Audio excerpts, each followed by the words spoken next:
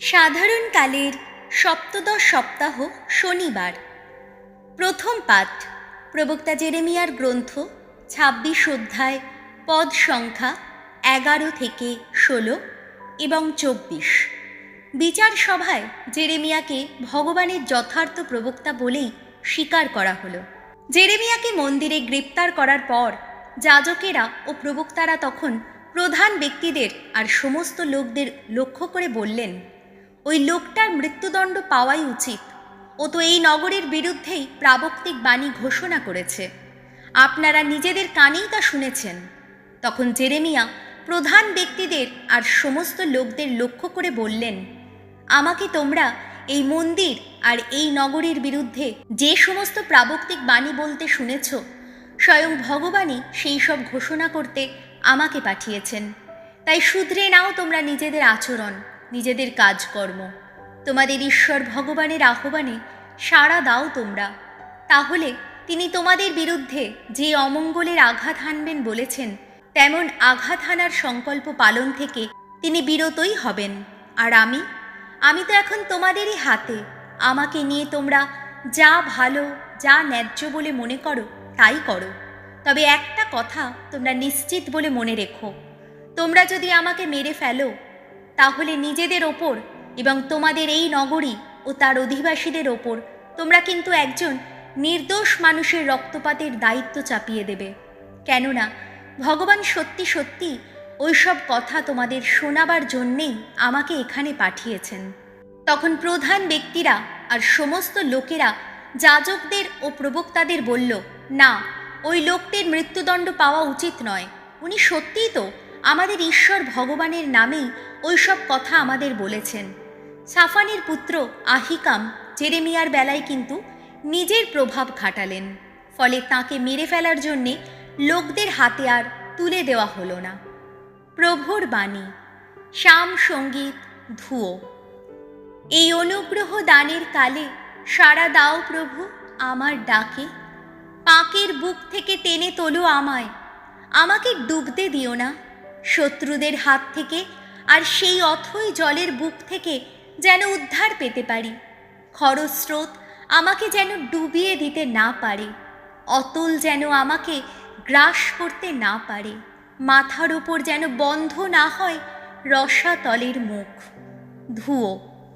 এই অনুগ্রহ দানের কালে সাড়া দাও প্রভু আমার ডাকে।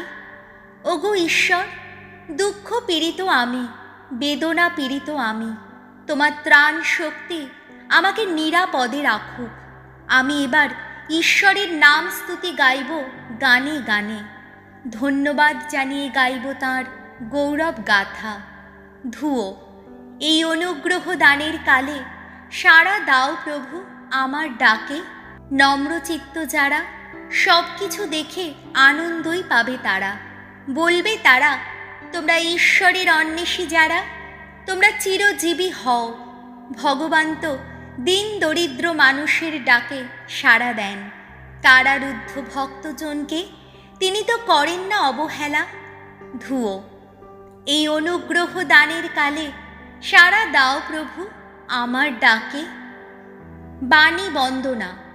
প্রভু তোমার আলো দিয়ে আমায় জানো, আমার জীবন পূর্ণ করো।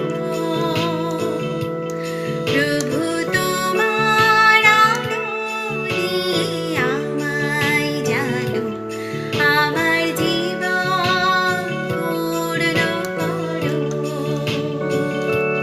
হালেলুয়া, হালেলুয়া, হালেলুয়া, আমেন। হালেলুয়া, হালেলুয়া, হালেলুয়া, আমেন। মথি রচিত মঙ্গল সমাচার 14 অধ্যায়, পদ সংখ্যা 1 থেকে 12। দীক্ষাগুরু যোহনের মৃত্যু কাহিনী। সেই সময় সামন্তরাজ হেরোদ যিশুর সম্বন্ধে নানা জনশ্রুতি শুনতে পেয়ে একদিন তার পারিষদদের বললেন, উনি নিশ্চয়ই দীক্ষাগুরু যোহন, নিশ্চয়ই মৃতদের মধ্য থেকে আবার বেঁচে উঠেছেন। সেই জন্যেই তো এমন সব অলৌকিক কাজ করার শক্তি ওর মধ্যে সক্রিয় রয়েছে।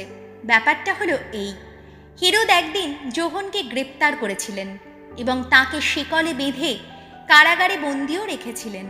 তিনি তা করেছিলেন নিজের ভাই ফিলিপের স্ত্রী হেরোদিয়ারই মুখ চেয়ে। কেননা যোহন হেরোদকে বারবার বলেছিলেন, না, হেরোদিয়াকে ভোগ করার অধিকার আপনার নেই। তিনি যোহনকে হত্যা করতেও চেয়েছিলেন, কিন্তু লোকদের জন্য তিনি মনে মনে ভয় পেয়েছিলেন। কেননা লোকে যোহনকে প্রবক্তা বলেই মানত। কিন্তু হেরোদের জন্মদিনের উৎসবে হলো কি, সেই হেরোদিয়ার মেয়ে সকলের সামনে এসে নাচ দেখালো। সে হেরোদকে এমন আনন্দ দিল যে তিনি শপথ করে কথা দিয়ে বসলেন, মেয়েটি যা কিছু চাইবে তিনি তাই দেবেন। তখন মেয়েটি তার মায়ের প্ররোচনায় বলল, ওই দীক্ষাগুরু যোহনের মাথাটা আপনি এখানেই একটা থালায় করে আনিয়ে আমার হাতে তুলে দিন।